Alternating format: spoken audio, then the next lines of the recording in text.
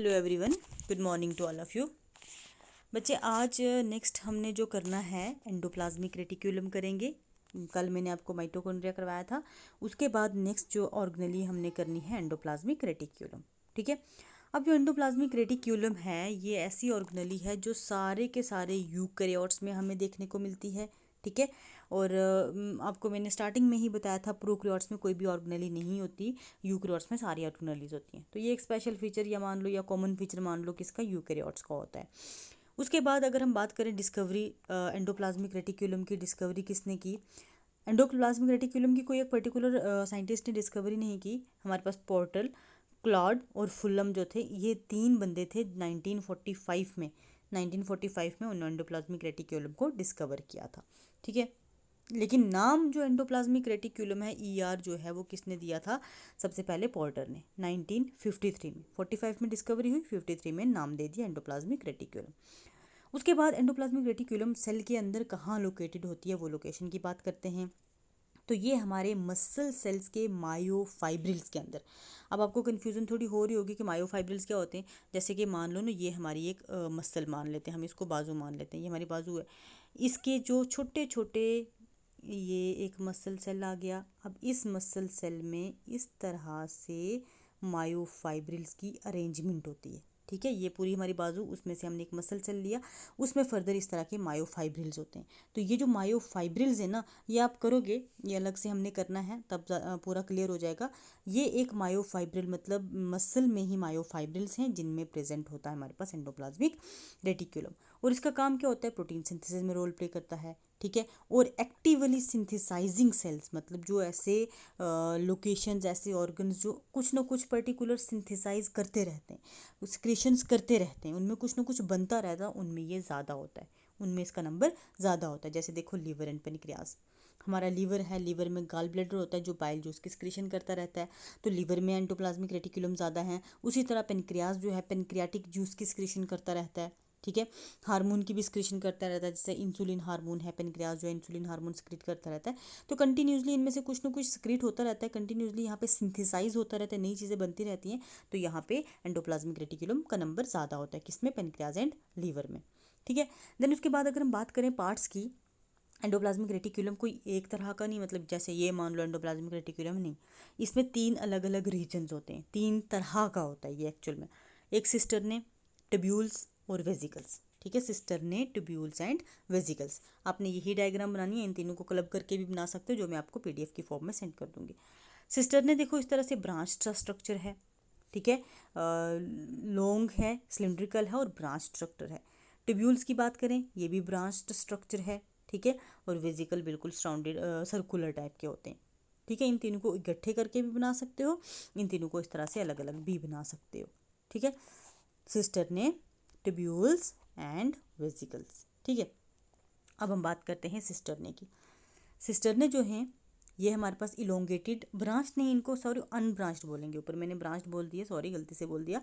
ये हमारे पास अनब्रांच्ड होते हैं। ठीक है। और अरेंज्ड होते हैं पैरेलल, जैसे अभी ये देखा ना आपने, ये देख लो, पैरेलली अरेंज्ड हैं, पैरेलल अरेंज्ड हैं और अनब्रांच्ड होते हैं। ठीक है। और अगर हम बात करें, ये जो मैंने इनके ऊपर छोटे छोटे डॉट्स बनाए हुए हैं, छोटे छोटे डॉट्स, ये क्या है, राइबोसोम्स हैं। और इसी की वजह से इसकी अपीयरेंस क्या होगी, रफ। अभी रफ और स्मूथ की बात आगे करते हैं।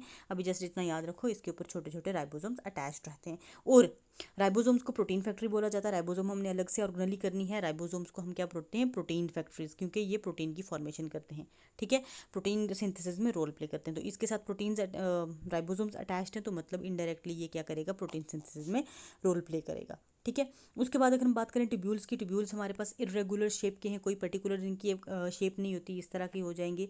कोई भी शेप, ब्रांच्ड स्ट्रक्चर और इरेगुलर शेप्ड स्ट्रक्चर हैं, इनके साथ राइबोसोम्स अटैच्ड नहीं होते, इसलिए प्रोटीन सिंथेसिस में रोल नहीं प्ले करते। ठीक है। और तीसरे वाले जो हैं स्फेरिकल टाइप के हैं, स्फेरिकल बोल सकते हो, ओवल बोल सकते हो, इनके साथ भी राइबोसोम अटैच्ड नहीं है, तो प्रोटीन सिंथेसिस में डायरेक्टली रोल प्ले नहीं करेंगे। ठीक है। तीन टाइप्स होगी या तीन पार्ट्स होगी, सिस्टरने, ट्यूब्यूल्स एंड वेजिकल्स। इनमें से सिर्फ एक सिस्टरने जो है उनमें राइबोसोम अटैच्ड है, बाकी दोनों के साथ राइबोसोम अटैच्ड नहीं है। ठीक है। देन उसके बाद अगर हम बात करें टाइप्स ऑफ एंडोप्लाज्मिक रेटिक्यूलम, तीन टाइप्स हैं। सॉरी, दो टाइप्स हैं, रफ एंडोप्लाज्मिक रेटिकुलम और स्मूथ एंडोप्लाज्मिक रेटिकुलम। अब रफ जो है वो रफ एंडोप्लाज्मिक रेटिकुलम क्यों बोलते हैं, क्योंकि एंडोप्लाज्मिक ऐसा वाला रीजन जिसमें हमारे पास अटैच्ड हैं कि उसके ऊपर छोटे छोटे राइबोसोम्स, और उसकी अपीयरेंस जो है वो रफ शेप की दिखने लगती है, इसीलिए नाम पड़ जाता है रफ एंडोप्लाज्मिक रेटिकुलम। तो अभी मैंने जो डायग्राम्स ऊपर आपको बताई, जो हमारे पास सिस्टर्ने हैं वो रफ एंडोप्लाज्मिक रेटिकुलम में आते हैं, जो ट्यूब्यूल्स और वेसिकल्स हैं वो किस में आते हैं, हमारे पास स्मूथ एंडोप्लाज्मिक रेटिकुलम में।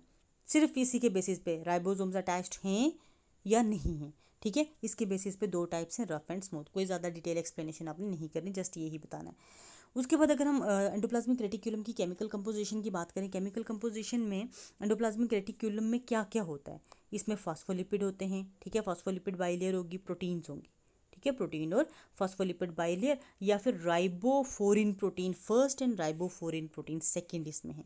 अब राइबोफोरिन प्रोटीन्स का क्या रोल है, देखो अभी मैंने जो बताया था, ये हमारे पास सिस्टर्ना है और इस सिस्टर्ने के साथ राइबोसोम अटैच्ड हैं, तो राइबोसोम ऐसे ही अगर अटैच होने हों तो ट्यूब्यूल्स और वेसिकल के साथ भी हो सकते हैं, लेकिन नहीं, जहाँ पे राइबोफोरिन प्रोटीन होगी वहीं पे राइबोसोम्स अटैच्ड होंगे। अगर राइबोफोरिन प्रोटीन नहीं है तो राइबोसोम्स अटैच्ड नहीं होंगे, ठीक है, ये फीचर है, ये आपको याद रखना है कि राइबोसोम्स पर्टिकुलरली सिस्टर्ने के साथ अटैच्ड क्यों होते हैं, क्योंकि उसमें राइबोफोरिन प्रोटीन होती है, ठीक है, हो गया यहाँ तक। अब लास्ट हमारे पास बचता है फंक्शंस ऑफ एंडोप्लाज्मिक रेटिक्यूलम, ठीक है, हमारे पास क्या बचेगा, फंक्शंस ऑफ एंडोप्लाज्मिक। हाँ, ये तीनों कंबाइन करके जो डायग्राम बनाई हुई ये भी आप बना सकते हो, और अगर आप ये बनाना चाहो तो ये भी बना सकते हो, ठीक है, ये वाली भी बना सकते हो, जो हमारे पास ये हैं तीन डायग्राम्स, ठीक है, आप ये कंबाइन करके ये भी बना सकते हो, PDF सेंड कर दूंगी, वहाँ क्लियर होगा, ठीक है। अब हम फंक्शंस की बात करें तो फंक्शन में सबसे पहले ये न्यूक्लियर एनवल्प बनाने में हेल्प करता है, ठीक है, न्यूक्लियस है, उसके बाहर जो एनवल्प बनता है, उसकी कवरिंग बनती है, वो कौन बनाता है, एंडोप्लाज्मिक रेटिक्यूलम, ठीक है, ये आपने याद रखना है। देन उसके बाद एक्सचेंज ऑफ मटेरियल, ये क्या करता है, मटेरियल को एक्सचेंज होने में, सेल के अंदर या सेल के बाहर ले जाने में रोल प्ले करता है, ठीक है। देन उसके बाद मैकेनिकल सपोर्ट प्रोवाइड करता है, एंडोप्लाज्मिक रेटिकुलम जो है लिविंग ऑर्गेनिज्म को एक मैकेनिकल सपोर्ट प्रोवाइड करता है। मसल कॉन्ट्रैक्शन, अभी जैसे मैंने आपको बताया था स्टार्टिंग में कि मायोफाइब्रिल्स में एंडोप्लाज्मिक रेटिकुलम ज़्यादा है, तो मसल कॉन्ट्रैक्शन में डायरेक्टली और इनडायरेक्टली रोल प्ले करेगा, ठीक है। देन उसके बाद प्रोटीन सिंथेसिस, राइबोसोम्स अगर अटैच्ड हैं तो ऑब्वियसली प्रोटीन सिंथेसिस में रोल प्ले करेगा, ठीक है। दूसरी सेल ऑर्गेनेलीज की भी फॉर्मेशन करता है, मतलब अपने से ही अपने आप को ब्रेक करा के दूसरी सेल ऑर्गेनेलीज बनाएगा, जैसे कि गोल्गी बॉडीज़ हैं, लाइजोसोम्स हैं, ठीक है, इनकी फॉर्मेशन करेगा। देन उसके बाद हार्मोन्स की फॉर्मेशन में भी रोल प्ले करता है, ठीक है, स्टेरॉयड हार्मोन्स पर्टिकुलरली उनमें ये रोल प्ले करता है। स्टेरॉयड हार्मोन में हमारे पास आते हैं male and female sex hormone, जैसे टेस्टोस्टेरोन आ गया और प्रोजेस्टेरोन आ गया। टेस्टोस्टेरोन जिसको हम मेल सेक्स हार्मोन बोलते हैं, जिसकी वजह से मेलनेस इंडिकेट होती है, मतलब अगर कोई मेल है वो किसकी वजह से है, मेल के फीचर्स किस हार्मोन की वजह से, टेस्टोस्टेरोन। और प्रोजेस्टेरोन को हम बोलते हैं प्रेगनेंसी हार्मोन, एस्ट्रोजन को हम बोलते हैं फीमेल हार्मोन, जो फेमाइन कैरेक्टर्स हैं वो एस्ट्रोजन की वजह से, ठीक है। और मेस्कुलाइन जो मेल कैरेक्टर स्पेशल कैरेक्टर्स हैं वो किसकी वजह से, टेस्टोस्टेरोन की वजह से। उसके बाद ये ग्लाइकोजिनोलाइसिस में भी हेल्प करता है, ठीक है, मतलब जो ग्लाइकोजन हमारी बॉडी में स्टोर हो जाता है, ग्लूकोज मॉलिक्यूल जो हैं वो स्टोर हो जाते हैं, उनको ब्रेक करके ग्लूकोज बनाएगा और एनर्जी यूटिलाइज करवाएगा, ठीक है। तो ये था एक ओवरव्यू किसका, हमारे पास एंडोप्लाज्मिक रेटिक्यूलम का। आज हम यहीं तक रखते हैं, कहीं पे भी कन्फ्यूज़न होगी आप मुझे डायरेक्टली पूछ सकते हो, ठीक है। Thank you so much.